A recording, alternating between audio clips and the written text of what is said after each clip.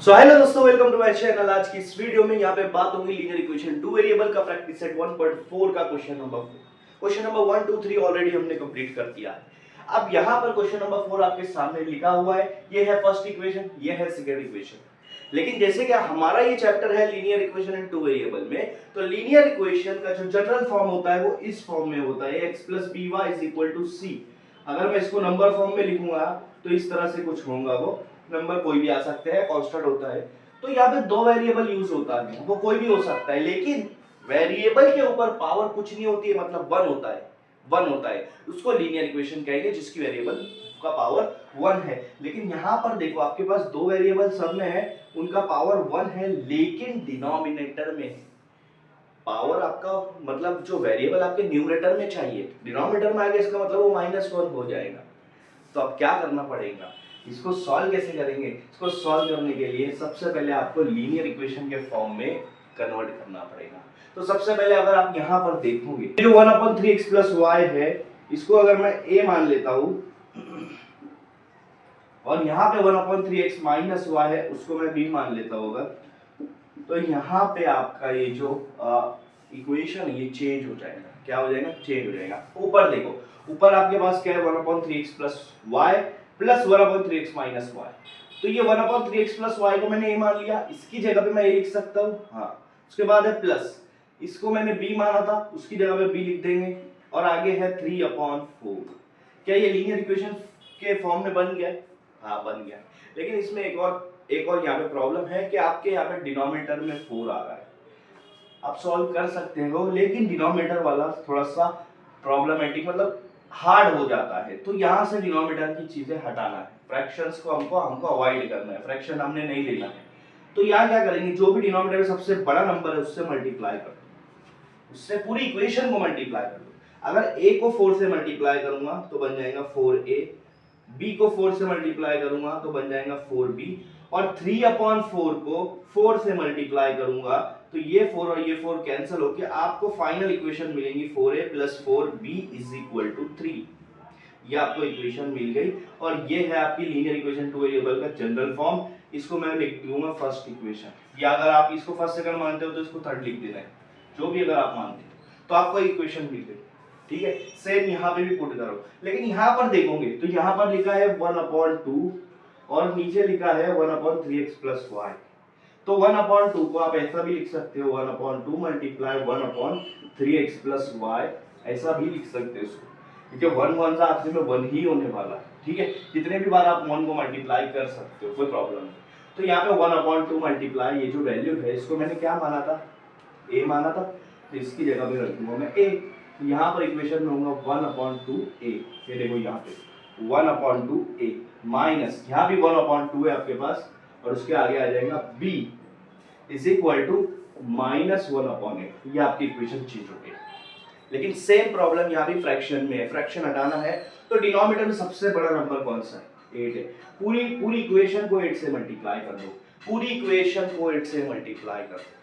अगर 8 को यहाँ पे मल्टीप्लाई करेंगे 1/2 से, तो आपका आ जाएगा 8/2a। 1 × 8 क्या हुआ? 8 हो जाएगा, नीचे 2 है, इधर a है, माइनस 1/2 को 8 से मल्टीप्लाई करेंगे तो 8/2b हो जाएगा, और 1/8 को माइनस में जो है इसको मल्टीप्लाई करेंगे 8 से, तो यहाँ पर इस तरह से मल्टीप्लाई हो जाएगा।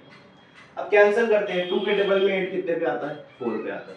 ये हो जाएगा 4a माइनस 2 के टेबल पे 8 कितने पे आता है? 4 पे आता है। ये हो जाएगा 4b, और 8 और 8 कैंसिल हो जाएगा तो बचेगा -1, और ये आपकी सेकंड इक्वेशन हो गई। तो पहली इक्वेशन यहाँ पे थी, सेकंड इक्वेशन यहाँ पे। समझ में आया? इन दोनों इक्वेशन को सॉल्व करना है। इन दोनों इक्वेशन को मैं एक के नीचे लिख देता हूँ। ऑलरेडी सेकंड इक्वेशन लिखी है, फर्स्ट इक्वेशन नीचे लिखी। ऐसा जरूरी नहीं कि फर्स्ट हमेशा ऊपर ही लिखना है, नीचे भी लिखे तो कोई प्रॉब्लम नहीं है। इधर 3 है, ठीक है। तो यहाँ पर अगर आप देखोगे, हमारा साइमल्टेनियस इक्वेशन क्या करते हैं हम लोग, कोई भी एक वेरिएबल का साथ का नंबर को सेम करते हैं। ए के साथ जो भी नंबर सेम है, बी के साथ जो भी नंबर सेम है, या दोनों वेरिएबल सेम है। अब चेक करो कौन से वेरिएबल की साइन अलग अलग है, तो वो बी की है। बी की देखो साइन अलग अलग है, कैंसिल करते हैं। 4a + 4a कितना हो जाएगा? 8a, और यहाँ 3 - 1 क्या हो जाएगा? 2, क्योंकि बड़े नंबर की साइन प्लस में, इसलिए प्लस में। 8 और a के बीच में मल्टीप्लाई है, उधर जाके क्या हो जाएगा? डिवाइड। इसको कट करेंगे, यहाँ पे ध्यान से कट करना है, 2 1 सा 2 4 सा, 1 ऊपर है 4 नीचे है, तो आंसर में 1/4 आएगा ए की वैल्यू।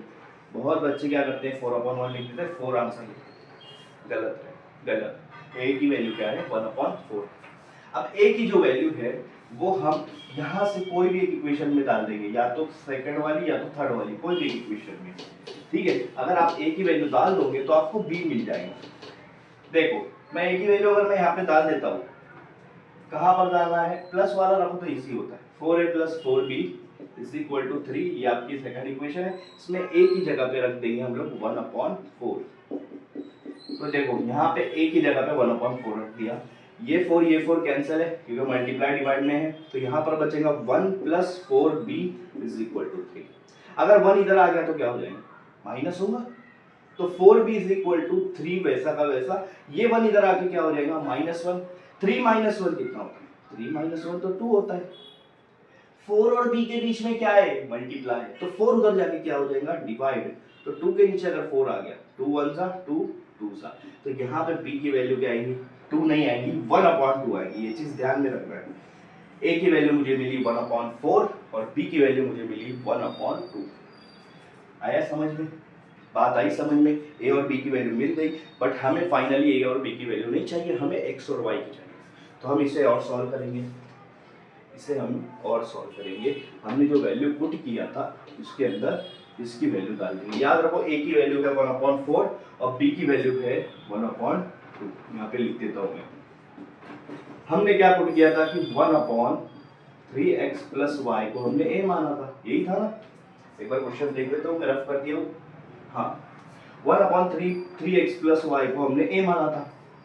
हाँ अब यहाँ पे क्या करेंगे, a की वैल्यू रखो, a की वैल्यू क्या है 1/4 है। इससे पहले भी बताया था, ऊपर दोनों 1 है तो ये वैल्यू को पलट दो, जो नीचे वाली ऊपर आ जाएगी, 3x + y = 4। ये ऐसा नहीं समझ रहा 4 को 1 से मल्टीप्लाई करो, 3x + y को 1 से मल्टीप्लाई करो तब भी ये आएगा। तो आपको इक्वेशन मिल गया 3x + y = 4। अभी इसको सॉल्व नहीं कर सकते क्योंकि यहाँ पे x भी अननोन है, y भी अननोन है, ठीक है। तो इसको आप ले रख दो थर्ड इक्वेशन करके, 3x + y = 4। अब क्या करेंगे, b वाला, हमने b को क्या माना था, 1/3x - y को b माना था, तो b की वैल्यू क्या आई है यहाँ पे 1/2 आई। सेम दोनों को पलट दो, तो क्या हो जाएगा 3x - y = 2, ये आएगी आपकी फोर्थ इक्वेशन। दोनों इक्वेशन आ गई आपके पास, थर्ड और फोर्थ। फिर से सॉल्व करो साइमल्टेनियस इक्वेशन से और x और y की वैल्यू निकालो।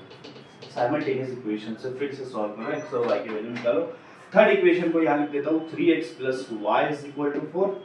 Fourth equation 3x - y = 2। अब देखो हमारा सेम कंसेप्ट, x के साथ के नंबर सेम, x और y वेरिएबल है, दोनों के में से कोई भी एक नंबर सेम करना है, लेकिन यहाँ दोनों सेम, x के साथ दोनों जगह 3 है, y के साथ दोनों जगह 1 है। तो अब चेक करो कौन से वेरिएबल का साइन अलग अलग है, तो y का एक तरफ प्लस एक तरफ माइनस है, कैंसिल कर। 3 + 3 6x, 4 + 2 6, 6 और x के बीच में मल्टीप्लिकेशन है, 6 उधर जाके डिवाइड होगा, 6/6 क्या हो जाएगा, x की वैल्यू क्या हो जाएगी 6 1 सा वैल्यू आएंगी 1/1, जिसको हम लिखते हैं 1। नीचे 1 नहीं भी लिखते चलता है, लेकिन ऊपर आया 1 न्यूमरेटर में तो लिखना पड़ता है। तो x की वैल्यू क्या आ गई आपके पास 1 आई। अब निकालना है y की वैल्यू। x की वैल्यू 1 आई है, आपको निकालना है y की वैल्यू। कैसे निकालेंगे, इन दोनों कोई भी इक्वेशन में से x की वैल्यू पुट कर दो। मैं क्या बोलता हूँ, हमेशा प्लस वाला लोग अगर अवेलेबल है तो यहाँ पर है 3x + y = 4, x की वैल्यू 1 है तो यहाँ पर x की जगह पर आ जाएगा 1। बताओ 3 1 सा 3, 3 + y = 4। अगर ये 3 इधर आ जाएगा तो क्या होगा, माइनस हो जाएगा। 4 - 3 क्या है 1 है, तो x की वैल्यू क्या आई 1 और y की वैल्यू क्या आई 1। ये आपका फाइनल आंसर है। यहाँ पे क्वेश्चन आपका कंप्लीट होता है।